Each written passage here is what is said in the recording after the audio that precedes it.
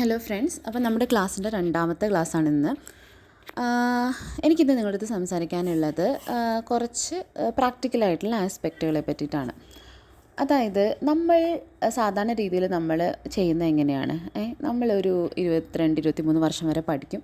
അതിനുശേഷം നമ്മൾ ജോലി മേടിക്കും. ഒരു 10-30 വയസ്സിനുള്ളിൽ കല്യാണം കഴിക്കും. പിന്നെ കുറച്ച് പിള്ളേരുണ്ടാവും. പിന്നെ ലോൺ എടുക്കും. പിന്നെ നമ്മൾ എന്ത് ചെയ്യും? നമ്മൾ ജീവിക്കാൻ തുടങ്ങും. പിന്നെ നമ്മുടെ ജീവിതം മുഴുവൻ EMI അടയ്ക്കാനും കിട്ടുന്ന ശമ്പളം എങ്ങനെയെങ്കിലും രണ്ട് ഭാഗത്തും കൂട്ടിമുട്ടിച്ച് എങ്ങനെയെങ്കിലുമൊക്കെ ജീവിക്കാൻ വേണ്ടിയാണ് നമ്മൾ ജീവിക്കുന്നത്. അപ്പോൾ നമ്മളുടെ ലൈഫ് എങ്ങനെയായിരിക്കും? ഓൾവേസ് നമ്മളുടെ ലൈഫ് സ്ട്രഗിൾ. ഇപ്പം നമ്മളുടെ പാരൻസ്, ഗ്രാൻഡ് പാരൻസ്, നമ്മുടെ റിലേറ്റീവ്സ്, എല്ലാവരുടെ ലൈഫ്, നമ്മളുടെ ലൈഫ് എല്ലാം നമ്മൾ കാണുന്നതാണ്. ഇത് തന്നെയാണ് ഒരു സൈക്കിളായിട്ട് നമ്മൾ പോയിക്കൊണ്ടിരിക്കുന്നത്. അപ്പോൾ ഇതിൽ നിന്ന് എങ്ങനെയാണ് നമ്മൾ രക്ഷപ്പെടുക എന്നതിനെ പറ്റിയാണ് നമ്മൾ ചിന്തിക്കുന്നത്, അല്ലേ? എനിക്ക് നിങ്ങളുടെ അടുത്ത് പറയാനുള്ള കാര്യം എന്ന് പറഞ്ഞു കഴിഞ്ഞാൽ 9 to 5 ജോബ് വെച്ചിട്ട് നമ്മൾക്ക് ഒരിക്കലും റിച്ച് ആകാൻ സാധിക്കില്ല.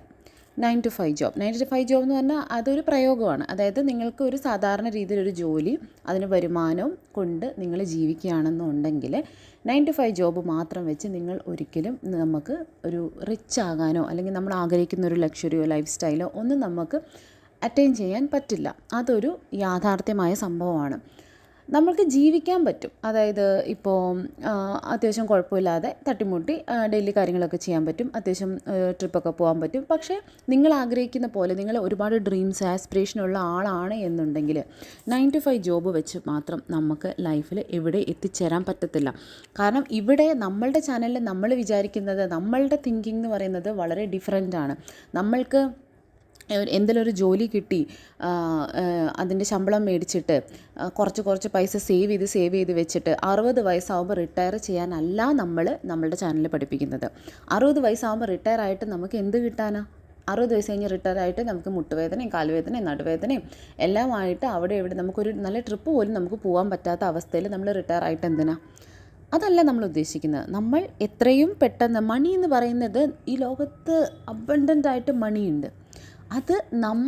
അത് നമ്മൾ കണ്ടുപിടിച്ച് നമ്മളുടെ ലൈഫിൽ അത് കൊണ്ടുവന്ന് നമ്മുടെ ലൈഫ്, നമ്മുടെ ചുറ്റുമുള്ളവരുടെ ലൈഫും സെക്യൂർഡ് ആക്കിയിട്ട്, എൻ്റെ ഒരു തിങ്കിങ് അനുസരിച്ച് നമ്മളൊരു അറ്റ് ദ ഏജ് ഓഫ് 40-45 നമ്മൾ റിട്ടയർ ആയി മാത്രം നമുക്ക് ജീവിതം ആസ്വദിക്കാൻ പറ്റും.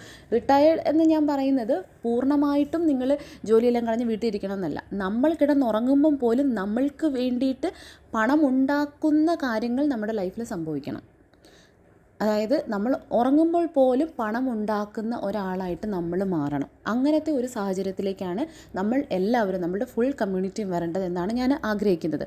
ഇനി നമ്മളുടെ വീഡിയോസ് കാണുന്ന ആൾക്കാർ 45 ഇയേഴ്സ്, 50 ഇയേഴ്സ്, 60 ഇയേഴ്സ് കാണുന്ന ആൾക്കാരും ഉണ്ട് എനിക്ക്, നമ്മുടെ സബ്സ്ക്രൈബേഴ്സിൽ.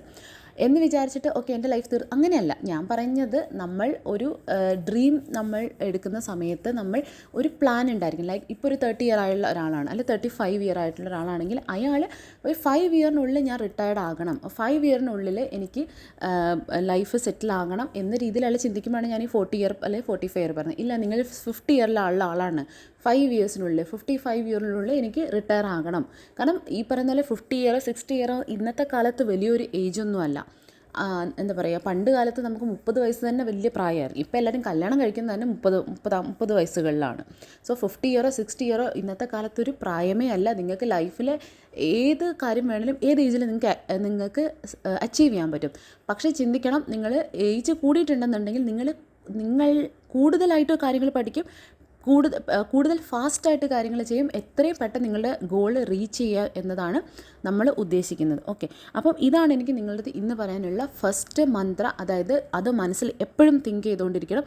എനിക്കൊരു ജോബ് കിട്ടി, എൻ്റെ ലൈഫ് സെക്യൂർഡായി എന്ന് നിങ്ങൾ ചിന്തിക്കരുത്. ലൈഫ് എവിടെയും സെക്യൂർഡ് ആവുന്നില്ല. രണ്ടറ്റം കൂട്ടിമുട്ടിക്കാൻ പെടാതെ നിങ്ങൾ കിടന്നിട്ട് കഷ്ടപ്പെടും. ഇപ്പം നിങ്ങൾക്ക് എത്ര സാലറി ഉണ്ട്, എനിക്കിപ്പോൾ ഒരു 30,000 ആണ് സാലറി എങ്കിൽ ഞാൻ വിചാരിക്കും ഒരു 50,000 കിട്ടുവാടെ എൻ്റെ എല്ലാ പ്രശ്നം തീരും. പക്ഷേ 50,000 കിട്ടുമ്പോൾ നിങ്ങളുടെ പ്രശ്നങ്ങൾ കൂടില്ല. നിങ്ങളുടെ ചിലവുകൾ, നിങ്ങളുടെ മറ്റു കാര്യങ്ങളെല്ലാം കാരണം നിങ്ങൾക്ക് ആ 50,000 കിട്ടിയാലും നിങ്ങൾക്ക് തികയത്തില്ല. 1 lakh കിട്ടിയാലും നിങ്ങൾക്കത് തികയത്തില്ല. കാരണം 9 to 5 ജോബിൻ്റെ പ്രത്യേകതയാണിത്. 9 to 5 ജോബിൻ്റെ കാര്യത്തിൽ നമ്മൾക്കൊണ്ട് ആ കമ്പനിയാണ് വളരുക, ആ കമ്പനിയാണ് രക്ഷപ്പെടുക. ഇപ്പോൾ എൻ്റെ ഒരു സുഹൃത്തുണ്ട്, പുള്ളി US വർക്ക് ചെയ്യുന്നത്. അപ്പോൾ പുള്ളി പറയും, പുള്ളി ഒരു സമയത്ത് കഷ്ടപ്പെട്ടിട്ട് വർക്ക് ചെയ്തിട്ടുണ്ട്. രാവിലെയും പകലും ഇല്ലാതെ അവരുടെ എന്താണ് ഓണർക്ക് ആ ഒരു കമ്പനിക്ക് വേണ്ടിയിട്ട് വർക്ക് ചെയ്തിട്ടുണ്ട്. ലീവ് എടുക്കാതെ കഷ്ടപ്പെടാതെ എല്ലാം വർക്ക് ചെയ്തിട്ടുണ്ട്. അങ്ങനെ 2 ഇയേഴ്സ് 3 ഇയേഴ്സിൽ അയാളുടെ മുതലാളി 2-3 ഔട്ട്ലെറ്റ്സാണ് പുതിയത് സ്റ്റാർട്ട് ചെയ്തത്. ഈ പറയുന്ന പുള്ളിയുടെ ഈ പറഞ്ഞ ഞാൻ പറഞ്ഞ എൻ്റെ ഫ്രണ്ട് അടക്കമുള്ള എംപ്ലോയീസിൻ്റെ കഷ്ടപ്പാട് കൊണ്ട് ഈ എംപ്ലോയീസ് അവരുടെ ലൈഫും അവരുടെ സന്തോഷങ്ങളും അവരുടെ അവധി ദിവസങ്ങൾ പോലും മാറ്റി വെച്ചിട്ട് അവർ പണിയെടുക്കുന്നത് ആർക്ക് വേണ്ടിയിട്ടാണ്? ഈ മുതലാളിയുടെ ലൈഫ് സെറ്റിലാക്കാൻ വേണ്ടിയിട്ട്. അത് നമ്മളുടെ മനസ്സിൽ എന്നും ഉണ്ടായിരുന്നു. നമ്മളൊരു സ്ഥാപനത്തിന് വേണ്ടി വർക്ക് ചെയ്യുമ്പോൾ നമ്മൾ ആത്മാർത്ഥമായിട്ട് പണിയെടുക്കണം, ശരിയാണ്. പക്ഷേ ചിന്തിക്കണം, മറ്റൊരാളുടെ ഡ്രീംസ് സക്സസ്ഫുൾ ആകാൻ വേണ്ടിയിട്ട് ഉപയോഗിക്കുന്ന ടൂൾസ് മാത്രമാണ് നമ്മൾ. സോ 9 to 5 ജോബ് കിട്ടിയെന്ന് വിചാരിച്ചിട്ട് ലൈഫ് ലോങ് അവിടെ തളച്ചിടപ്പെട്ട് 60 വയസ്സ് 62 വയസ്സിൽ ഞാൻ റിട്ടയർഡ് ആവും, എൻ്റെ ലൈഫ് സെറ്റിലാവും എന്ന് 62 വയസ്സിൽ ഒരു 10-70,000 80,000 രൂപ അല്ല 70 ലക്ഷം രൂപ കൈ കിട്ടിയിട്ട് എന്തിനാ? നമുക്ക് എന്ത് ചെയ്യാനാ പിന്നെ? അങ്ങനെയല്ല, അതിന് മുന്നേ നമുക്കിതെല്ലാം ഉണ്ടാക്കാൻ പറ്റണം. അതാണ് നമ്മൾ ആഗ്രഹിക്കുന്നത്. അതിന് വേണ്ടിയിട്ട് നമ്മൾക്ക് എന്ത് വേണം? അവസരങ്ങൾ ഉണ്ടാക്കണം. അവസരങ്ങൾ എന്ന് പറയുന്നതാണ് ലൈഫിലെ ഏറ്റവും ഇമ്പോർട്ടൻ്റ് ആയിട്ടുള്ള കാര്യം. ഓപ്പർച്യൂണിറ്റീസ് നമ്മുടെ ചുറ്റും ഓപ്പർച്യൂണിറ്റീസ് ഉണ്ട്. എപ്പോൾ കണ്ണ് തുറന്ന് നോക്കിയാലും ഓപ്പർച്യൂണിറ്റി ഉണ്ട്. കുറച്ച് ആൾക്കാർ മാത്രം കഷ്ടപ്പെടുകയും കുറച്ച് ആൾക്കാർ മാത്രം ലൈഫിൽ സക്സസ്ഫുൾ ആവുകയും ചെയ്യുന്നതിൻ്റെ റീസൺ എന്താണ്? നമ്മളുടെ മുന്നിലുള്ളതിനെ നമുക്ക് കാണാൻ കഴിയില്ല, അല്ലെങ്കിൽ മറ്റുള്ളവർക്ക് കാണാൻ കഴിയാത്തത് നമ്മൾക്ക് കാണാൻ കഴിയുമ്പോഴാണ് നമ്മൾ അവിടെ അവസരങ്ങൾ സൃഷ്ടിക്കുന്നത്. നമ്മൾ മുന്നിൽ ഒരു പ്രശ്നമുണ്ട്. ആ പ്രശ്നം എങ്ങനെ നമുക്ക് ഫേവറബിളായിട്ട് അത് മറ്റുള്ളവരാരും കാണാൻ കഴിയാത്ത ഒരു അവസരത്തെ നമ്മൾക്കവിടെ കണ്ടെത്താൻ കഴിയുമ്പോഴാണ് നമ്മൾ സക്സസ്ഫുൾ ആവുന്നത്. അതിനാണ് ഞാൻ പറയുന്നത്, നമുക്ക് ഫിനാൻഷ്യൽ ലിറ്ററസി വേണം. കൂടുതൽ കാര്യങ്ങളെപ്പറ്റി പഠിക്കണം. നിങ്ങൾ അക്കൗണ്ടൻസി പഠിക്കണം, ലോ പഠിക്കണം, ടാക്സ് പഠിക്കണം, മാനിഫെസ്റ്റേഷൻ പഠിക്കണം. ഇതെല്ലാം കൂടെ ചേർന്ന് അസറ്റ്സിനെ പറ്റി പഠിക്കണം. ഇതെല്ലാം കൂടെ ചേർന്ന് മാത്രമേ നമ്മൾക്ക് കൂടുതൽ അറിവുണ്ടെങ്കിൽ മാത്രമേ നമുക്ക് അവസരങ്ങളെ കണ്ടെത്താനായിട്ട് നിങ്ങൾക്ക് സാധിക്കുകയുള്ളൂ. അതുപോലെ നമ്മൾ എപ്പോഴും ചിന്തിക്കേണ്ട കാര്യം എന്താണെന്ന് പറയുന്നത്, ഒരു പെർഫെക്റ്റ് ഓപ്പർച്യൂണിറ്റി ഒന്നും ലൈഫിൽ ഒരിക്കലും വരത്തില്ല. ഒരു പെർഫെക്റ്റ് ഓപ്പർച്യൂണിറ്റി വന്നിട്ട് ഞാൻ എല്ലാം ശരിയാക്കിയിട്ട് അതിന് ശേഷം ഞാൻ രക്ഷപ്പെട്ടോളാം, അല്ലെങ്കിൽ ഞാൻ ഇന്നൊരു സംഭവം സംഭവിച്ചതിന് ശേഷം ഞാൻ ഒരു പെർഫെക്റ്റ് ഓപ്പർച്യൂണിറ്റി വരുമല്ലോ അതിനുശേഷം ഞാൻ രക്ഷപ്പെട്ടോളാം എന്ന് നമ്മൾ ചിന്തിച്ച് കാത്തിരുന്ന് കഴിഞ്ഞാൽ നമ്മൾ ഒരിക്കലും നമ്മുടെ ലക്ഷ്യസ്ഥാനത്തെത്തത്തില്ല. ഫോർ എക്സാമ്പിൾ, നമ്മൾ എല്ലാ സിഗ്നൽസും ഗ്രീൻ ആയതിനു ശേഷം മാത്രമേ നമ്മൾ വണ്ടി ഇവിടുന്ന് വീട്ടിൽ നിന്ന് ഇറക്കുകയുള്ളൂ എന്ന് വിചാരിച്ചു കഴിഞ്ഞാൽ എന്ന് നമ്മൾ വീട്ടിലിരുന്നുകൊണ്ടേയിരിക്കും. ഇടയ്ക്ക് നമുക്ക് റെഡ് സിഗ്നൽ കാണും, യെല്ലോ സിഗ്നൽ കാണും, ഇടയ്ക്ക് ഗ്രീൻ സിഗ്നൽ കാണും. Fine, that is fine. നിങ്ങൾ ഇറങ്ങണം. നമ്മൾ ഇറങ്ങിക്കഴിഞ്ഞാൽ മാത്രമേ നമ്മളുടെ മുന്നിലൂടെ ഓപ്പർച്യൂണിറ്റി ഉണ്ടോ ഇല്ല. പെർഫെക്റ്റ് ഓപ്പർച്യൂണിറ്റി ഒന്നും ഒരിക്കലും ആരുടെ മുന്നിലും വരത്തില്ല. ഓപ്പർച്യൂണിറ്റീസ് നമ്മൾ കണ്ടെത്തുകയാണ്, നമ്മൾ ക്രിയേറ്റ് ചെയ്യുകയാണ് ചെയ്യേണ്ടത്. പിന്നെ പണം എന്ന് പറയുന്നത് ഒരു നമുക്കൊരിക്കലും യാഥാർത്ഥ്യമല്ലാത്ത ഒരു കാര്യമാണ് എന്ന് നിങ്ങൾ എപ്പോഴും മനസ്സിൽ ചിന്തിച്ച് വെക്കണം. അത് യാഥാർത്ഥ്യമാണ് നമ്മൾ എന്ന് ചിന്തിക്കുന്നുവോ അന്നത്തോടു കൂടി നമ്മൾ പണത്തിനെ ചേസ് ചെയ്യാൻ തുടങ്ങും. അതായത് ഇത് യാഥാർത്ഥ്യമാണ്. ഇല്ല, പണി എന്ന് പറയുന്നത് യാഥാർത്ഥ്യമല്ലാത്തൊരു കാര്യമാണ്. അത് something which we are creating. നമ്മൾ ക്രിയേറ്റ് ചെയ്യുന്നൊരു കാര്യം മാത്രമാണ് പണം എന്നൊരു ചിന്താഗതി ആയിരിക്കണം നിങ്ങളുടെ മനസ്സിൽ എന്നും ഉണ്ടാകേണ്ടത്. അങ്ങനെ വരുന്ന സമയത്ത് എന്ത് ചെയ്യണം? ആ പണത്തിനെ എങ്ങനെ ക്രിയേറ്റ് ചെയ്യാം എന്നതിനെ പറ്റിയിട്ട് നമ്മൾക്ക് പരിശീലനം കിട്ടണം. അതായത് എങ്ങനെ നമ്മൾ ആ പണം ഉണ്ടാക്കും എന്നതിനെ പറ്റിയിട്ട് ഒരുപാട് വഴികളുണ്ട് പണം ഉണ്ടാക്കാൻ, ഒരുപാട് വഴികൾ. അതായത് നല്ലതും ചീത്തയുമായ വഴികളുണ്ട് പണം ഉണ്ടാക്കാനായിട്ട്. ഇല്ലാത്തൊരു കാര്യം, ആ ഇല്ലാത്തൊരു കാര്യത്തിനെ ഔട്ട് ഓഫ് നോവെയർ, ഈ ഒരു എയറിൽ നിന്ന് എങ്ങനെ നമുക്ക് പണം ഉണ്ടാക്കാൻ പറ്റും എന്നതിനെ പറ്റിയാണ് നമുക്ക് പരിശീലനം കിട്ടേണ്ടത്. പരിശീലനം കിട്ടാത്ത ഒരാളാണ് നിങ്ങൾ എന്നുണ്ടെങ്കിൽ നിങ്ങൾക്ക് ദാരിദ്ര്യം നിങ്ങളുടെ കൂടപ്പിറപ്പായിരിക്കും. ആ ദാരിദ്ര്യം തന്നെ നിങ്ങൾ ആ പരിശീലനം ഇല്ലാത്ത മനസ്സ് നിങ്ങളുടെ ലൈഫിൽ ദാരിദ്ര്യം സൃഷ്ടിക്കും. ആ ദാരിദ്ര്യം നിങ്ങളുടെ ജനറേഷനുകളിലേക്കും നിങ്ങൾ ട്രാൻസ്ഫർ ചെയ്തുകൊണ്ടിരിക്കും. നിങ്ങളുടെ മക്കളുടെ മക്കൾക്കും നിങ്ങൾ ആ ഒരു ദാരിദ്ര്യമായിരിക്കും നിങ്ങൾ ട്രാൻസ്ഫർ ചെയ്ത് കൊടുക്കുന്നത്. അതുകൊണ്ട് തന്നെ നമ്മൾക്ക് എന്ത് ചെയ്യാൻ പറ്റും? നമ്മൾക്ക് പണം ഉണ്ടാക്കാനുള്ള പണം ക്രിയേറ്റ് ചെയ്യാനുള്ള മൈൻഡ് സെറ്റ് നമ്മൾക്ക് ഉണ്ടാകണം. അതായത് കയ്യിൽ 5 പൈസ പോലും ഇല്ലാതെ നിങ്ങൾക്ക് വെൽത്ത് ക്രിയേറ്റ് ചെയ്യാൻ പറ്റും. അതിന് വേണ്ടിയിട്ടാണ് ഞാൻ നിങ്ങളുടെ അടുത്ത് വായിക്കാൻ പറയുന്നത്, പഠിക്കാൻ പറയുന്നത്, കൂടുതൽ ഞാൻ പറയട്ടെ, ഈ പ്രായമായ ആൾക്കാർ ഒക്കെ പല ആൾക്കാരും നമ്മൾ ഉപദേശിക്കും അല്ലേ. ഒത്തിരി പ്രായമുള്ള ആൾക്കാരോ അല്ലെങ്കിൽ പല ആൾക്കാരും പ്രായമാണെന്നൊന്നുമില്ല, വെറുതെ ആൾക്കാർ വന്ന് നമ്മൾ ഉപദേശിക്കും. പക്ഷേ കേൾക്കുന്ന ഉപദേശം പറയുന്നവൻ ആരാണെന്ന് അറിഞ്ഞതിന് ശേഷം മാത്രം ഉപദേശം സ്വീകരിക്കുക. ലൈഫിൽ സക്സസ്ഫുൾ ആയിട്ടുള്ളവനിൽ നിന്ന് മാത്രമല്ല അല്ല ഉപദേശം മേടിക്കേണ്ടത്. അതും ഒരു പോയിൻ്റാണ്. ഒരാൾ ലൈഫിൽ ഞാൻ സക്സസ്ഫുൾ ആൾക്കാർ പറയുന്നത് മാത്രമേ അപ്പോൾ സക്സസ്ഫുൾ ആയ ആൾക്കാർക്ക് സക്സസ് എന്താണെന്ന് മാത്രമേ നിങ്ങൾക്ക് പറഞ്ഞു തരാൻ പറ്റുള്ളൂ. പക്ഷേ ഫെയിലിയർ ആയ ആൾക്കാർക്ക് എന്ത് നമ്മൾ ചെയ്യാൻ പാടില്ല എന്ന് നമുക്ക് പറഞ്ഞു തരാൻ പറ്റും. ഓക്കെ, അതുകൊണ്ട് ആരാണ് പറയുന്നത്, എന്താണ് പറയുന്നതെന്നനുസരിച്ച് മാത്രമേ നമ്മൾ ഉപദേശങ്ങൾ ഉൾക്കൊള്ളാൻ പാടുള്ളൂ. അതായത് നമ്മളുടെ ചുറ്റുമുള്ള ആൾക്കാരിൽ നിന്നും, അതേപോലെ തന്നെ നമ്മൾ കാണുന്ന കാഴ്ചകളിൽ നിന്നും, ആൾക്കാരുടെ അനുഭവങ്ങളിൽ നിന്നും, പുസ്തകങ്ങളിൽ നിന്നും, അതേപോലെ ഇപ്പോഴുള്ള സോഷ്യൽ മീഡിയ, യൂട്യൂബ് പോലുള്ള വീഡിയോസിൽ നിന്നെല്ലാം നമുക്ക് അറിവുകൾ കിട്ടും. ആ അറിവുകളിൽ നിന്ന് നമുക്ക് മനസ്സിലാക്കാൻ പറ്റും ഈ പറയുന്ന പോലത്തെ ഭയങ്കര ഒരു റോക്കറ്റ് സയൻസ് ഒന്നുമല്ല പണം ഉണ്ടാക്കുക എന്ന് പറയുന്നത്. അത് വെറും കോമൺ സെൻസാണ്. നമ്മളുടെ വെറും എന്താ പറയുന്നത് നോർമൽ ബുദ്ധി ഉപയോഗിച്ചിട്ട് കാരണം ഈ ലോകത്ത് പൈസ ഉണ്ടാക്കിയ ആൾക്കാരെല്ലാം ഹൈലി എഡ്യൂക്കേറ്റഡ് ആയിട്ടുള്ള ആൾക്കാരാണോ? ഇപ്പം തന്നെ നിങ്ങൾ ചിന്തിക്കൂ, ഈ ലോകത്ത് കോടീശ്വരന്മാരായിട്ട് ജീവിക്കുന്ന ആൾക്കാരെല്ലാം ഡിഗ്രിയും PGയും അല്ലെങ്കിൽ ഹൈ എഡ്യൂക്കേഷനുമായിട്ട് ജീവിക്കുന്ന ആൾക്കാരാണോ? ഈ ഹൈ എഡ്യൂക്കേഷൻ കിട്ടിയ ആൾക്കാർ എല്ലാവരും തന്നെ ഈ പണക്കാരുടെ ആരാണ്? അവരുടെ സർവൻസ് ആണ് അല്ലേ? സോ പണവും വിദ്യാഭ്യാസവും ഒന്നും തമ്മിൽ യാതൊരു തരത്തിലുള്ള ബന്ധവുമില്ല. നിങ്ങൾ എങ്ങനെ നിങ്ങളുടെ ബുദ്ധിയെ ഉപയോഗിക്കുന്നു എന്നത് മാത്രമാണ്.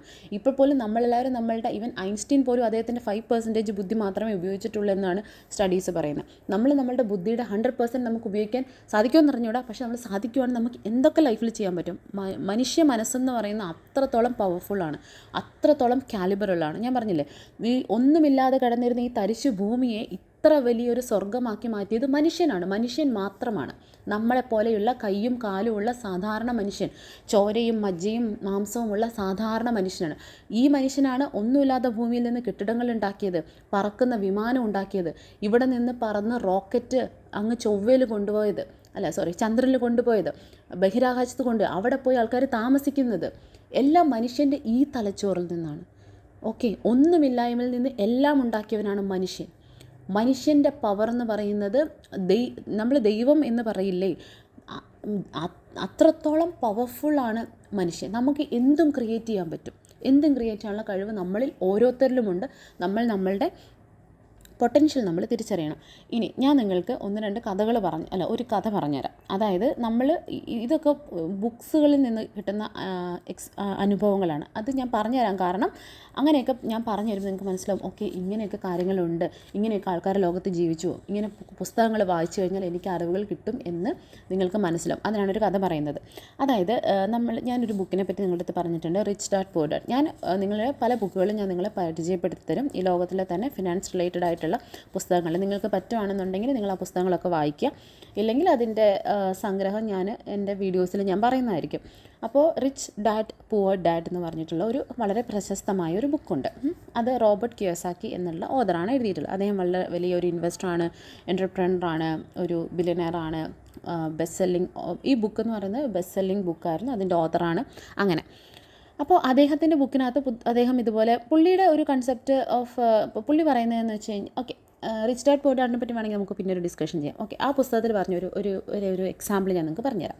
അതായത് 1997 എന്താണ് ഈ ബുക്ക് പബ്ലിഷ് ചെയ്യുന്നത്. ആ സമയം ഇദ്ദേഹം ആക്ച്വലി വളരെ പാവപ്പെട്ട സാധാരണ ഒരു അച്ഛൻ്റെ മകനായിരുന്നു, സാധാരണക്കാരനായിരുന്നു. അവിടുന്ന് പുള്ളിയുടെ സ്വന്തം കഷ്ടപ്പാട് കൊണ്ട് പുള്ളി ബില്യനെയറായ ആളാണ്.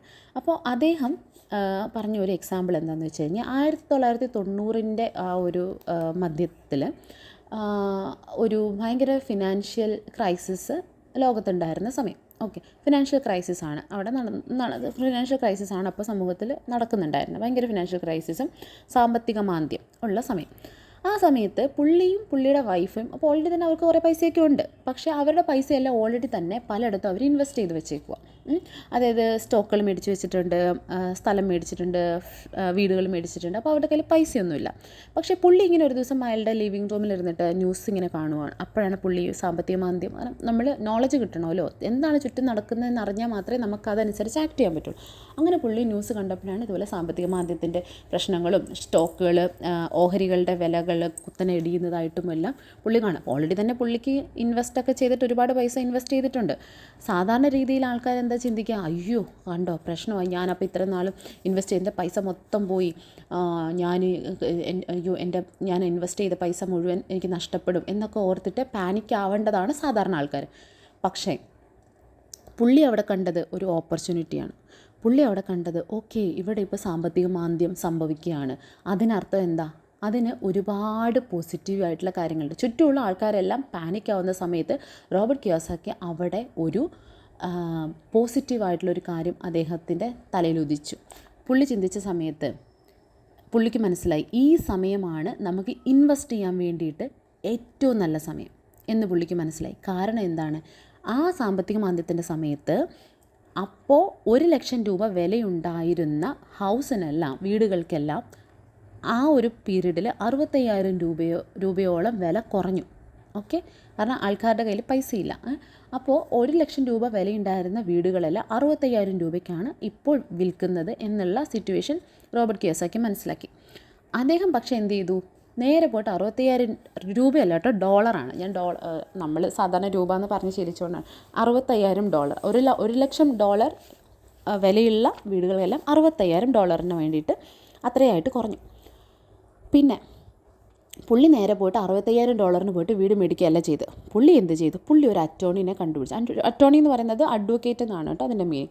അറ്റോർണി എങ്ങനെയാണെന്ന് വെച്ച് കഴിഞ്ഞാൽ പുള്ളിയുടെ ജോബ് എന്താണെന്ന് വെച്ച് കഴിഞ്ഞാൽ ഈ പാപ്പരായ ആൾക്കാരുടെ കയ്യിൽ നിന്ന് അവരുടെ ഈ വസ്തുവകൾ പിടിച്ചെടുത്ത് വിൽക്കുന്ന, കോടതി വഴി വസ്തുവകൾ പിടിച്ചെടുത്ത് വിൽക്കുന്ന ഒരു അറ്റോർണിനെ പുള്ളി കണ്ടെത്തി. അവരത് വിൽക്കുന്നത് എത്ര രൂപയ്ക്കാണ്, കാരണം കോടതി വഴിയാണല്ലോ വിൽക്കുന്നത്, അത് $20,000. അപ്പോൾ ഈ അറ്റോർണി കണ്ടെത്തി, അറ്റോർണിയായിട്ട് സംസാരിച്ചു. എന്നിട്ട് പുള്ളി പറഞ്ഞു, എനിക്ക് വീടുകൾ മേടിക്കണമെന്നുണ്ട്, ആദ്യം നമ്മൾക്കിടയിൽ ഒരു കോൺട്രാക്റ്റ് ഉണ്ടാക്കാം. ആ കോൺട്രാക്റ്റ് അനുസരിച്ച് നിങ്ങൾ എനിക്ക് വീട് കാണിക്കാനുള്ള സൗകര്യം ഉണ്ടാക്കി തരൂ, വീട് വിറ്റ് കഴിഞ്ഞപ്പോഴത്തേക്ക് ഞാൻ നിങ്ങൾക്ക് പൈസ തരാം എന്ന് പറഞ്ഞു. അങ്ങനെ ആദ്യം ഇദ്ദേഹമായിട്ട് കോൺട്രാക്റ്റ് ഉണ്ടാക്കി അദ്ദേഹത്തിന് അഡ്വാൻസ് കൊടുക്കണമല്ലോ. ആ അഡ്വാൻസ് കൊടുക്കാൻ വേണ്ടിയിട്ട് റോബർട്ട് കിയോസാക്കി അദ്ദേഹത്തിൻ്റെ ഒരു ഫ്രണ്ടിൻ്റെ കയ്യിൽ നിന്ന് ഒരു $2,000 കടം മേടിച്ചു. 90 ദിവസത്തേക്ക് 200 രൂപ പലിശയ്ക്ക്. ഓക്കെ, 5 രൂപ പുള്ളി കയ്യിൽ നിന്ന് എടുത്തിട്ടില്ല, ഓർക്കണേ, 5 രൂപ പുള്ളി കയ്യിൽ നിന്ന് എടുത്തിട്ടില്ല. പുള്ളിയുടെ ഫ്രണ്ടിൻ്റെ കയ്യിൽ നിന്ന് 2,000 രൂപ പുള്ളി കടം മേടിച്ച് പുള്ളി എന്ത് ചെയ്തു, പുള്ളി അത് കൊണ്ടുപോയിട്ട് പുള്ളി 2,000 രൂപ 90 ദിവസത്തേക്ക് 200 രൂപ പലിശയ്ക്കാണ് എടുത്തത്. ഓക്കെ, 2,000 രൂപ കൊണ്ടുപോയിട്ട് ആർക്ക് കൊടുത്തു, അറ്റോർണിക്ക് കൊടുത്തു. അറ്റോർണി അത് കയ്യിൽ വെച്ചിട്ട് ഇവർ തമ്മിൽ കോൺട്രാക്റ്റ് സൈൻ ചെയ്തു. അങ്ങനെ വീടുകൾ കാണിക്കാനായിട്ട് എന്ത് ചെയ്തു, റോബർട്ട് കിയോസാക്കിക്ക് അതിനുള്ള കീയും കാര്യങ്ങളും കൊടുത്തു. പിന്നെ അദ്ദേഹം അടുത്ത് ചെയ്തത് എന്താ, വേഗം തന്നെ പേപ്പറിൽ ഒരു പബ്ലിക്കേഷൻ കൊടുത്തു. അതായത് 1,00,000 രൂപയുടെ വീടുകൾ 60,000 രൂപയ്ക്ക് വിൽക്കുന്നു എന്ന് പറഞ്ഞിട്ട് ഒരു പത്രപരസ്യം കൊടുത്തു. 75,000 രൂപയുടെ വീടുകൾ $60,000 വിൽക്കുന്നു എന്ന് പറഞ്ഞിട്ടുള്ള പേപ്പർ പബ്ലിക്കേഷൻ കൊടുത്തു. അപ്പോൾ ഓൾറെഡി നിങ്ങൾ ആലോചിക്കണം, $1,00,000 ഹൗസ് എത്ര രൂപയ്ക്കാണ് അവിടെ വിൽക്കപ്പെടുന്നത്, $65,000. പുള്ളി അത് പിന്നെയും കുറച്ച് എത്ര, $60,000 എന്നാക്കി. ഓക്കെ, $60,000 വിൽക്കുന്നു എന്ന് പുള്ളി പേപ്പർ പബ്ലിക്കേഷൻ കൊടുത്തു, പേപ്പറിൽ ന്യൂസ് കൊടുത്തു, അഡ്വർടൈസ്മെൻറ്റ് കൊടുത്തു. വിത്തിൻ ഫ്യൂ മിനിറ്റ്സ് ഇഷ്ടം പോലെ ആൾക്കാർ ആ വീട് കാണാൻ വന്നു, ആ വീട് നോക്കാൻ വന്നു. അവർക്ക് ഓൾറെഡി റോബർട്ട് കിയോസാക്കിൻ്റെ കയ്യിൽ കീയും കാര്യങ്ങളൊക്കെ ഉണ്ടല്ലോ. അദ്ദേഹം പോയിട്ട് വീടൊക്കെ തുറന്ന് കാണിച്ചു കൊടുത്തു. വിത്തിൻ ഫ്യൂ അവേഴ്സ് ആ വീട് കച്ചവടമായി. എത്ര രൂപയ്ക്ക്, $60,000 കച്ചവടമായി. അതിൽ 20,000 രൂപ അറ്റോർണിക്ക് കൊടുത്തു. Attorney happy. എന്നിട്ട് ഈ വീട് മേടിച്ച ആൾക്കാരുണ്ടല്ലോ, അവരുടെ കയ്യിൽ നിന്ന് പ്രോസസ്സിങ് ഫീസ് എന്ന് പറഞ്ഞ് $2,500 പുള്ളി മേടിച്ചു. ആ $2,500 നിന്ന് 2,000 പ്ലസ് ഒരു $200 കൂടെ ചേർത്തിട്ട് ഫ്രണ്ടിന് തിരിച്ചു കൊടുത്തു. അപ്പോൾ ഫ്രണ്ടും ഹാപ്പി, അറ്റോർണിയും ഹാപ്പി, മേടിക്കാൻ വന്നവർ ഹാപ്പി. പകരം റോബർട്ട് കിയോസാക്കിക്ക് എത്ര രൂപ അദ്ദേഹത്തിന് ലാഭം കിട്ടി, 5 പൈസ കയ്യിൽ നിറക്കാതെ. 5 പൈസ പുള്ളിന്ന് കയ്യിൽ നിറക്കിയിട്ടില്ല. പുള്ളിയുടെ കയ്യിൽ പൈസ ഉണ്ടായിട്ടില്ല, പുള്ളിയുടെ ഒരു രൂപ പോലും ഈ ബിസിനസ്സിനകത്ത് ഇറങ്ങിയിട്ടില്ല. അതാണ് ഓപ്പർച്യൂണിറ്റീസ് എന്ന് പറയുന്നത്. നമ്മളുടെ ചുറ്റും കാണുന്ന, നമ്മളുടെ മുന്നിൽ കാണുന്ന ഒരു മോശം കാര്യത്തെ നമുക്ക് ഏത് സമയത്ത് വേണമെങ്കിലും നമ്മളുടെ ഫേവറബിളാക്കി നമുക്കതിനെ മാറ്റിയെടുക്കാൻ പറ്റും. അത് വെറുതെ നമുക്കങ്ങനെ ചിന്തിച്ചാലൊന്നും മനസ്സിൽ വരത്തില്ല. നമ്മൾ മുനികളോ യോഗീശ്വരന്മാരോ ഒന്നും അല്ലല്ലോ. അതെങ്ങനെയാണ്, ത്രൂ എക്സ്പീരിയൻസ്, അതുപോലെ അറിവുകളിൽ നിന്ന്, ഇതുപോലെയുള്ള ഒരുപാട് വലിയ വലിയ ആൾക്കാരുടെ എക്സ്പീരിയൻസിൽ നിന്ന് നമുക്ക് ഒരുപാട് കാര്യങ്ങൾ നമുക്ക് പഠിക്കാൻ പറ്റും. സോ പുള്ളി പറയുന്നത്, ആ ഒരു ബുക്കിൽ പറയുന്നത്, വെറും എനിക്ക് ഈ ഒരു ട്രാൻസാക്ഷനിൽ, അതായത് എത്ര, $40,000 അദ്ദേഹം ഒന്നുമില്ല, വെറും ഔട്ട് ഓഫ് നോ വെയർ പുള്ളി $40,000 പുള്ളി അത് ഇൻവെസ്റ്റ് ചെയ്തു. പുള്ളിക്ക് ലാഭം കിട്ടി. അതിന് വേണ്ടിയിട്ട് പുള്ളിക്ക് ചിലവായ സമയം എന്ന് പറയുന്നത് വെറും 5 മണിക്കൂറുകളാണ്. വെറും 5 മണിക്കൂർ ഒന്നുമില്ലാത്തതിൽ നിന്ന് പുള്ളി $40,000 ഉണ്ടാക്കി. അതാണ് പണം ഉണ്ടാക്കാനുള്ളവൻ്റെ കഴിവ്. ചിലർക്ക് പണം ഉണ്ടാക്കാൻ കഴിവുണ്ടെന്ന് പറയില്ല, ഇതാണ് പണം ഉണ്ടാക്കാനുള്ളവൻ്റെ കഴിവ്. അത് പിന്നീട് പുള്ളി അത് ടാക്സ് പിടിക്കാതെ, അത് പുള്ളിക്കൊരു ഒരു കമ്പനി ഉണ്ടായിരുന്നു, കമ്പനി വഴി അത് ഗവൺമെൻറ്റിന് പിടിക്കാത്ത രീതിയിൽ ചിലവുകളാക്കി കാണിച്ച് പുള്ളി അത് മാനേജ് ചെയ്തു. അതായത് ടാക്സ് കൊടുക്കാതെ അത് പിന്നെ പുള്ളിയുടെ ബെനിഫിറ്റിന് വേണ്ടി ഉപയോഗിച്ചതിനെ പറ്റിയൊക്കെ പുസ്തകത്തിൽ പറയുന്നുണ്ട്. അതൊക്കെ നമുക്ക് പിന്നീട് ഡിസ്കസ് ചെയ്യാം. പക്ഷേ ഇതുപോലെ പുള്ളി ആ ഒരു സമയത്ത് 6ഓളം ട്രാൻസാക്ഷൻസ് നടത്തി, 6ഓളം വീടുകൾ വിറ്റു. ഇതേപോലെ എത്രത്തോളം പണം അദ്ദേഹം ഉണ്ടാക്കിയിട്ടുണ്ടാവും ചിന്തിച്ചേ. വെറും ഒരു ചിന്ത കൊണ്ട് മാത്രമാണ് ദശലക്ഷക്കണക്കിന് ഡോളേഴ്സ് അദ്ദേഹത്തിന് ഉണ്ടാക്കാൻ പറ്റിയത്. വെറുതെ അയ്യോ സാമ്പത്തിക മാന്ദ്യമാണ്, എൻ്റെ പൈസ എല്ലാം പോയി, എൻ്റെ സ്റ്റോക്ക് എല്ലാം നഷ്ടത്തിലാണെന്ന് പറഞ്ഞ് വീട്ടിൽ പോയി കിടന്നുറങ്ങിയിരുന്നെങ്കിൽ ആ പൈസ ഉണ്ടാക്കാൻ പറ്റുമായിരുന്നു? ഇല്ല. അദ്ദേഹം ചിന്തിച്ചു, ആ ചിന്തകൾ അദ്ദേഹം വർക്കിൽ അത് പറഞ്ഞേ ഹാർഡ് വർക്കല്ല നമ്മൾ ചെയ്യേണ്ടത്. രാവും പകലും കിടന്ന് കഷ്ടപ്പെട്ടല്ല പണം ഉണ്ടാക്കുക. അങ്ങനെ കഷ്ടപ്പെടുന്നതിന് പണം ഉണ്ടാക്കാൻ പറ്റില്ല. ഹാർഡ് വർക്കൊന്നും ചെയ്ത് പൈസ ഉണ്ടാക്കാൻ പറ്റത്തില്ല. Smart work. വെറും 5 മണിക്കൂറാണ് അദ്ദേഹത്തിന് ഒരു ട്രാൻസാക്ഷന് വേണ്ടി അദ്ദേഹം ചിലവഴിച്ചത്. ആ 5 മണിക്കൂറുകൾ കൊണ്ട് അദ്ദേഹം ഉണ്ടാക്കിയ പണമെന്ന് പറയുന്നത് ഒരു മാസം ഒരാൾ കിടന്ന് കഷ്ടപ്പെട്ടാലും ഉണ്ടാക്കാത്ത അത്രയും പണം അദ്ദേഹം ഉണ്ടാക്കി. അതാണ് ഞാൻ പറയുന്നത്, ഈ പറഞ്ഞ എന്താണ് പവർ ഓഫ് യുവർ നമ്മുടെ നോളജ്, നമ്മൾ കാര്യങ്ങളെപ്പറ്റി അറിയാനുള്ള നോളജ്, അതാണ് നമ്മൾക്ക് ഏറ്റവും ഇമ്പോർട്ടൻ്റ് ആയിട്ടുള്ള കാര്യം. അപ്പോൾ ഇതേപോലെ നമ്മൾക്ക് പണം ഉണ്ടാക്കാനായിട്ട് very easy to make money. നമ്മളുടെ മുന്നിൽ അവസരങ്ങളുണ്ട്.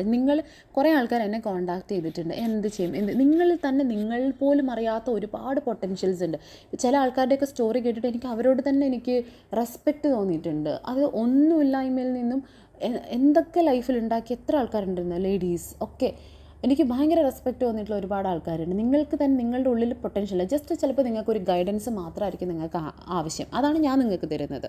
എനിക്ക് നിങ്ങൾക്കൊരു വഴി കാണിച്ചു തരാൻ പറ്റും. പക്ഷേ വീട്ടിൽ പോയിട്ട് സൈഡിൽ കിടന്നുറങ്ങി അയ്യോ എൻ്റെ വിധിയെ പഴിച്ചിരിക്കുന്ന ആൾക്കാർ നമുക്ക് ആർക്കും ഒന്നും ചെയ്യാൻ പറ്റത്തില്ല. അല്ല, നമ്മൾക്ക് ഇതുപോലെ ഒരുപാട് ഓപ്പർച്യൂണിറ്റീസ് നമ്മളുടെ മുന്നിലുണ്ട്.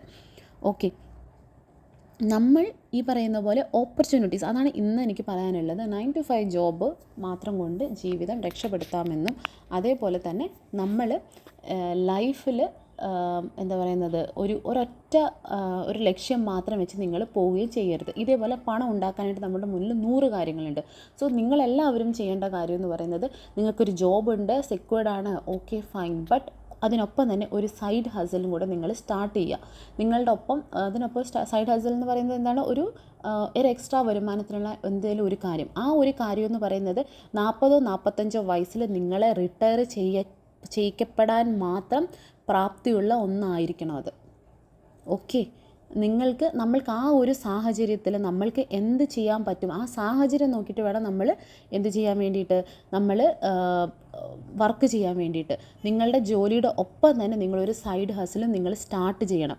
ആ സൈഡ് ഹസിലായിരിക്കണം നിങ്ങളുടെ ലൈഫ് സെക്യൂർഡ് ആക്കാൻ വേണ്ടി നിങ്ങളെ ഹെൽപ്പ് ചെയ്യുന്ന മെയിൻ സ്രോതസ്സ്, നിങ്ങളുടെ പണത്തിൻ്റെ മെയിൻ സ്രോതസ്സ് ആ സൈഡ്. ഇപ്പോൾ ജസ്റ്റ് നിങ്ങൾ വെറുതെ സ്റ്റാർട്ട് ചെയ്യും, ചെറുതായിട്ട് നിങ്ങൾ സ്റ്റാർട്ട് ചെയ്യും. സേവ് ചെയ്യുക, പൈസ മാസം സേവ് ചെയ്യുന്നതല്ല നമ്മൾ ലൈഫിൽ ഫിനാൻഷ്യൽ ലിറ്ററസി എന്ന് പറയുന്നത്. അതല്ല നമ്മൾ ചെയ്യേണ്ടത്. പൈസ സേവ് ചെയ്യുന്നത് കൊണ്ട് നമ്മൾ ചിലപ്പോൾ 60 വയസ്സിൽ നമുക്ക് പൈസ ഉണ്ടാവില്ല. പക്ഷെ അതുകൊണ്ട് എന്താ കാര്യം? ഇൻഫ്ലേഷൻ എന്ന് പറയുന്നൊരു സംഭവമുണ്ട്. അതായത് നമ്മൾ ഇന്ന് ഒരു LIC-കാരി എൻ്റെ അടുത്തൊരു ഇൻഷുറൻസ് സംതിങ് എന്തോ ഒരു സംഭവം പറഞ്ഞു, ഏതിൻ്റെ എനിക്ക് ഓർമ്മയില്ല. അത് പറയുന്നതനുസരിച്ചിട്ട് ഇപ്പം ഞാൻ എത്രയോ ലക്ഷം ഇട്ട് കഴിഞ്ഞാൽ എനിക്ക് 20 വർഷം കഴിയുമ്പോഴത്തേക്കും 1 കോടി കിട്ടുന്ന ഒരു പ്ലാൻ. അതുകൊണ്ട് 1 കോടിയാണ് മാഡം കിട്ടുന്നത്, 1 കോടി 20 ലക്ഷം വർഷം കഴിയുമ്പോൾ 1 കോടി രൂപ. 20 വർഷം കഴിയുമ്പോൾ 1 കോടി കിട്ടിയിട്ട് എനിക്കൊരു കാര്യമില്ല. കാരണം ഇന്നത്തെ 1 കോടിയുടെ വാല്യൂ അല്ല 20 ലക്ഷം കഴിയുമ്പോഴുള്ള 1 കോടിയുടെ വാല്യൂ. ഇപ്പോൾ ഉള്ള 1 ലക്ഷത്തിൻ്റെ വാല്യൂ അല്ലായിരുന്നു ഒരു 10-20 വർഷം മുന്നേയുള്ള 1 ലക്ഷത്തിൻ്റെ വാല്യൂ. അന്ന് നമ്മൾക്ക് 1 ലക്ഷം കൊണ്ട് മേടിക്കാൻ പറ്റാവുന്നതും 1 ലക്ഷം കൊണ്ട് നമുക്ക് കയ്യിൽ കിട്ടുന്ന കാര്യങ്ങളുടെ വാല്യൂ എന്ന് പറയുന്നത് വളരെ കൂടുതലായിരുന്നു. ഇൻഫ്ലേഷൻ ഉണ്ടാവും. ഇൻഫ്ലേഷൻ ലൈഫിൽ സമൂഹത്തിൽ സംഭവിക്കുന്ന കാര്യം. ഇൻഫ്ലേഷൻ വഴി അന്ന് 1 ലക്ഷം രൂപ കൊണ്ട് മേടിക്കാൻ പറ്റുന്ന സംഭവങ്ങൾ ഇന്ന് 1 ലക്ഷം രൂപ കൊണ്ട് മേടിക്കാൻ പറ്റത്തില്ല. നമ്മളുടെയൊക്കെ കാരണവന്മാർ 20,000-നും 10,000-നും 2,000-നും ഒക്കെ സ്ഥലം മേടിച്ചിട്ടുണ്ട്. നമുക്ക് മേടിക്കാൻ പറ്റുമോ ഇപ്പോൾ? അന്നത്തെ 2,000 അല്ല ഇന്നത്തെ 2,000. ഇനി ഒരു 20 വർഷം കഴിഞ്ഞ് 1 കോടി കിട്ടിയിട്ട് എനിക്കൊരു കാര്യമില്ല. ഞാൻ പറഞ്ഞു എനിക്ക് വേണ്ട, എനിക്ക് ആ ഒരു പോളിസി വേണ്ട എന്ന് പറഞ്ഞിട്ട് എന്തൊരു ഇൻവെസ്റ്റ്മെൻറ്റ് പ്ലാനായിരുന്നു എനിക്ക് അറിഞ്ഞുകൂടാ. പകരം നിങ്ങളൊരു സൈഡ് ഹസിൽ നിങ്ങൾ സ്റ്റാർട്ട് ചെയ്യും. നിങ്ങളുടെ കഴിവ് എന്താണെന്ന് നിങ്ങൾ ആദ്യം തിരിച്ചറിയുക. അതാണ് ഇന്ന് നമ്മൾ ചെയ്യേണ്ട ടാസ്ക്. ഞാൻ ഇതുവരെ പറഞ്ഞ എല്ലാം കറക്റ്റായിട്ട് ചെയ്യുന്നു വിചാരിച്ചു. ഇന്ന് കണ്ടുപിടിക്കുക എന്താണ് നിങ്ങൾക്ക് ചെയ്യാൻ പറ്റുക നിങ്ങളുടെ ലൈഫിലെ കൊണ്ട്, എന്താണ് നിങ്ങൾക്ക് ചെയ്യാൻ പറ്റുക. ചില ആൾക്കാർക്ക് നന്നായിട്ട് പഠിപ്പിക്കാനുള്ള കഴിവുണ്ടായിരിക്കും. അങ്ങനെയാണെങ്കിൽ നിങ്ങൾ ചെറിയൊരു ട്യൂഷൻ ക്ലാസ് സ്റ്റാർട്ട് ചെയ്യും. നിങ്ങളുടെ ജോലിയൊക്കെ കഴിഞ്ഞ് വന്നിട്ട് വേണേൽ സാറ്റർഡേ സൺഡേ ഒരു ട്യൂഷൻ ക്ലാസ് സ്റ്റാർട്ട് ചെയ്യും. അല്ലെങ്കിൽ യൂട്യൂബിലൊരു വീഡിയോ, ഒരു ചാനൽ നിങ്ങൾ സ്റ്റാർട്ട് ചെയ്യും. അതുമല്ലെന്നുണ്ടെങ്കിൽ ഓൺലൈനായിട്ടുള്ള ചില പ്ലാറ്റ്ഫോംസ് ഉണ്ട്, അവിടെ അവർ പാർട്ട് ടൈം ടീച്ചേഴ്സിനെ എടുക്കും. അല്ലെങ്കിൽ ചില കോച്ചിങ് ഇൻസ്റ്റിറ്റ്യൂട്ട്സ് ഉണ്ട്, അവിടെ വേണമെങ്കിൽ സാറ്റർഡേ സൺഡേ പോയിട്ട് നിങ്ങൾക്ക് അങ്ങനെ നിങ്ങളുടെ കഴിവ് എന്താണെന്ന് തിരിച്ചറിഞ്ഞ് പതുക്കെ തുടങ്ങുക, ചെറുതായിട്ട് തുടങ്ങി വെക്കുക എന്നുള്ളതാണ് ഏറ്റവും ഇമ്പോർട്ടൻ്റ് ആയിട്ടുള്ള കാര്യം. ഇനി നിങ്ങൾക്ക് കുക്കിംഗ് ആണ് നിങ്ങളുടെ ഏറ്റവും കഴിവുള്ള കാര്യമെങ്കിൽ നിങ്ങളുടെ ബെസ്റ്റ് എന്ത് ഡിഷാണ് നിങ്ങളുടെ ഏറ്റവും ബെസ്റ്റ് എന്ന് കണ്ടുപിടിക്കും. അത് നിങ്ങൾ പതുക്കെ അത് ഉണ്ടാക്കി അടുത്തുള്ള ആൾക്കാർക്കൊക്കെ കൊടുക്കും. അത് പതുക്കെ നിങ്ങൾ മാർക്കറ്റ് ചെയ്യും. ഞാൻ നിങ്ങൾക്കൊരു എക്സാമ്പിൾ പറഞ്ഞുതരാം. ഇത് എൻ്റെ ഒരു ഫ്രണ്ടിൻ്റെ സിസ്റ്റർ ഉണ്ടായിരുന്നു. ആ കുട്ടി ഒരിക്കൽ ചെറിയ കുട്ടിയായിരുന്നു, എനിക്കൊന്നൊരു 10-20 വയസ്സെങ്ങാണ്ടേ ഉള്ളായിരുന്നു ആ സമയത്ത്. അപ്പോൾ ഞാനായിട്ട് ഭയങ്കര കമ്പനിയാണ്. അപ്പോൾ ഒരു ദിവസം ഇവരായിട്ടുള്ള സംസാരത്തിനിടയ്ക്ക് ഈ കുട്ടി എന്തോ ഒരു കേക്ക് ഉണ്ടാക്കിയപ്പം വീട്ടിലെല്ലാവരും ഭയങ്കരമായിട്ടും കളിയാക്കി എന്നൊക്കെ പറഞ്ഞിട്ട് എൻ്റെ അടുത്ത് ഇങ്ങനെ സങ്കടമൊക്കെ പറഞ്ഞു. ചേച്ചി എല്ലാവരും കളിയാക്കി, ഭയങ്കര മുട്ടയുടെ മണമാന്നൊക്കെ പറഞ്ഞിട്ട് കളിയാക്കി എന്നൊക്കെ പറഞ്ഞു. ഞാൻ പറഞ്ഞു എന്നാൽ നീ ഒരു കാര്യം ചെയ്യും, നമുക്ക് കേക്ക് ഉണ്ടാക്കാം, ആരുടെടുത്തും പറയണ്ട, നീ സാധനങ്ങളൊക്കെ മേടിക്ക്, എന്നിട്ട് അമ്മ എന്തോ അപ്പുറത്തെ വീട്ടിൽ കണ്ട് പോകുന്ന സമയമുണ്ട്, എന്തോ കുടുംബശ്രീ അങ്ങനെ എന്തോ, ആ സമയത്ത് ഞാൻ പറഞ്ഞുതരാം എങ്ങനെ ഉണ്ടാക്കാം, നീ അതുപോലെ കേക്ക് ഉണ്ടാക്കുമെന്ന് പറഞ്ഞു. അങ്ങനെ ഞാൻ പറഞ്ഞു വന്ന്, കാരണം അവൾക്ക് അറിയത്തില്ലായിരുന്നു ആദ്യം. അപ്പോൾ അവൾ 10 മുട്ടയോ 6 മുട്ടയോ എത്ര ഇട്ടിട്ടാണ് അവൾ ആദ്യത്തെ കേക്ക് ഉണ്ടാക്കിയത്. അതുകൊണ്ട് ഭയങ്കര മുട്ടയുടെ സ്മെല്ലൊക്കെ ആയിരുന്നു. അപ്പോൾ രണ്ടാമത് ഞാൻ പറഞ്ഞു കൊടുത്തു അവൾക്ക് ഇങ്ങനെ കേക്ക് ഉണ്ടാക്കാൻ. അങ്ങനെ അനുസരിച്ച് ഫോണിലൂടെയാണ് കേട്ടോ, ഫോണിലൂടെ പറഞ്ഞു കൊടുത്തു, അവൾ കേക്ക് ഉണ്ടാക്കി. അപ്പോൾ എല്ലാവർക്കും ഭയങ്കര ഇഷ്ടപ്പെട്ടു. അത് കഴിഞ്ഞിട്ട് അവൾ രണ്ടാമതും കേക്ക് ഉണ്ടാക്കി. അപ്പോൾ എല്ലാവർക്കും ഇഷ്ടമായി. അപ്പോൾ ഞാൻ പറഞ്ഞു നിനക്ക് എന്താ നൈസായിട്ട്, അപ്പം അടുത്തൊക്കെ വീട്ടിലെ ആൾക്കാരുടെ പിറന്നാളൊക്കെ ഉണ്ട്, നീ നൈസായിട്ട് കേക്ക് ഉണ്ടാക്കി അവർക്ക് കൊണ്ട് കൊടുക്ക്, ബർത്ത്ഡേക്ക് നീ ഗിഫ്റ്റായിട്ട് കേക്ക് ഉണ്ടാക്കി കൊടുക്ക്, വേറെ ഗിഫ്റ്റൊന്നും മേടിക്കണം, നീ ഉണ്ടാക്കി കൊടുക്ക്. അങ്ങനെ അവൾ ഗിഫ്റ്റായിട്ട് കേക്ക് ഉണ്ടാക്കി കൊടുക്കാൻ തുടങ്ങി. എന്നിട്ട് ഞാൻ പറഞ്ഞു നിനക്ക് പതുക്കെ സെല്ല് ചെയ്തൂടെ എന്ന് ചോദിച്ചു. അങ്ങനെ അവൾ പതുക്കെ കേക്ക് ഉണ്ടാക്കി സെല്ല് ചെയ്യാൻ തുടങ്ങി. അവൾക്ക് ഓർഡേഴ്സ് കിട്ടാൻ തുടങ്ങി. പതുക്കെ അതൊരു ചെറിയ ബിസിനസ്. ഇവൻ നമ്മളൊരു ഇൻസ്റ്റാഗ്രാം പേജൊക്കെ സ്റ്റാർട്ട് ചെയ്തിട്ടുണ്ടായിരുന്നു അവൾക്ക്. അവളുടെ എന്താ പറയുന്ന അവൾ പെർഫെക്റ്റായിട്ട് കേക്ക് ഉണ്ടാക്കുന്ന ഒരു ആളായിട്ട് അവൾ മാറി. ഇപ്പോൾ എന്തായെന്ന് പറഞ്ഞാൽ കുറേ നല്ല കോൺടാക്റ്റൊക്കെ ചെയ്തിട്ട്. പക്ഷേ ആ ഒരു സമയത്ത് ആ കുട്ടി ഭയങ്കരമായിട്ടും എന്നുവെച്ചാൽ അവൾക്ക് ഭയങ്കര ഒരു അവൾക്ക് അതിനകത്ത് ഒരു നല്ല കഴിവുണ്ടായിരുന്നു. അതുകൊണ്ട് തന്നെ ഇപ്പം ഞാൻ പറഞ്ഞു കൊടുത്തിട്ടൊന്നുമല്ല, അവളുടെ ഉള്ളിൽ ഇൻബേൺ ആയിട്ട് അവൾക്ക് ഉള്ള ഒരു കഴിവായിരുന്നു അത്. അവൾ ഒരുപാട് ആൾക്കാർക്ക് ഒരുപാട് ബർത്ത്ഡേസിന്, അതേപോലെ എന്താ പറയുന്നത് വെഡിങ് ആനിവേഴ്സറി, അങ്ങനെ പല നല്ല ഭംഗിയിലൊക്കെ ഡിസൈനൊക്കെ ചെയ്തിട്ട് ഓരോ ഡിസൈനൊക്കെ എനിക്ക് അയച്ചേച്ച് ഇത് നോക്കുക അത് നോക്കുന്നൊക്കെ പറഞ്ഞാൽ പല ഡിസൈൻസൊക്കെ എനിക്ക് അയച്ചു തരുമൊക്കെ ചെയ്യായിരുന്നു. ഭയങ്കര ബ്യൂട്ടിഫുള്ളായിട്ട്. അതൊക്കെ അവളുടെ കഴിവാണ്, അവളുടെ ചിന്തയും അവളുടെ മനസ്സിൽ നിന്ന് അവൾ ഉണ്ടാക്കുന്ന ഓരോ കാര്യങ്ങളാണ്. അങ്ങനെ അവൾ ചിലപ്പോൾ ആ ബിസിനസ് എനിക്ക് അറിഞ്ഞിട്ട് ഇപ്പോൾ എന്തായാലും, കാരണം എല്ലാവരും നമുക്ക് എപ്പോഴും കോൺടാക്ട് ചെയ്യാൻ പറ്റത്തില്ലോ. ചിലപ്പോൾ ആ ബിസിനസ്സൊക്കെ അവളൊരു ഔട്ട്ലെറ്റൊക്കെ തുടങ്ങി ചിലപ്പോൾ അവൾക്ക് വലിയൊരു ബിസിനസ്സുകാരിയാകാൻ പറ്റിയിട്ടുണ്ടായിരിക്കും. ഇപ്പോൾ കോൺടാക്ട് ചെയ്തിട്ടില്ല. അതേപോലെ നമ്മൾക്കുള്ളിൽ നമ്മളുടേതായ കുറേ കഴിവുകളുണ്ട്. ചിലപ്പോൾ നിങ്ങൾക്ക് നല്ല ഡ്രസ്സിങ് സെൻസ് ഉള്ള ആളായിരിക്കും. അങ്ങനെയാണെങ്കിൽ നിങ്ങൾ തിരുപ്പൂർ അങ്ങനെയുള്ള സ്ഥലങ്ങളിൽ പോയി കഴിഞ്ഞാൽ വളരെ ചെറിയ പൈസ 20 രൂപയ്ക്ക് 60 രൂപയ്ക്കൊക്കെ നിങ്ങൾക്ക് ഡ്രസ്സുകൾ മേടിക്കാൻ കിട്ടും. കുറച്ച് ബൾക്കായിട്ട് ഡ്രസ്സ് എടുക്കുക, എന്നിട്ട് നിങ്ങൾക്ക് ഇവിടെ കൊണ്ടുവന്ന് സെല്ല് ചെയ്യും. അതേപോലെ ഓർണമെൻറ്റ്സ് കോയമ്പത്തൂർ അവിടെയൊക്കെ പോയി കഴിഞ്ഞാൽ ഓർണമെൻറ്റ്സൊക്കെ നല്ല ഭംഗിയുള്ള ഓർണമെൻറ്റ്സൊക്കെ അതൊക്കെ ബൾക്കായിട്ട് എടുക്കുക. ഇനി അതും അല്ലെന്നുണ്ടെങ്കിൽ റീസെല്ലിംഗ് എന്ന് പറഞ്ഞിട്ടുള്ളൊരു സംഭവമുണ്ട്. നിങ്ങൾ ചുമ്മാ ഗൂഗിളൊക്കെ ചെയ്ത് കഴിഞ്ഞാൽ നിങ്ങൾക്ക് കിട്ടും. അല്ലെങ്കിൽ ഫേസ്ബുക്കിലൊക്കെ ചുമ്മാ റീസെല്ലിംഗ് എന്ന് കൊടുത്തു കഴിഞ്ഞാൽ ഈ മീഷോ ഒക്കെ വഴി ഞാൻ പറഞ്ഞുതരാം. എനിക്കൊരു ഓൺലൈൻ ബോട്ടിക്ക് ഉണ്ടായിരുന്നു. നമ്മൾ കൊറോണ സമയത്ത് ഞാൻ സ്റ്റാർട്ട് ചെയ്തതാണ്. അതെങ്ങനെയാണെന്ന് വെച്ച് കഴിഞ്ഞാൽ 5 പൈസയുടെ മുടക്കില്ല.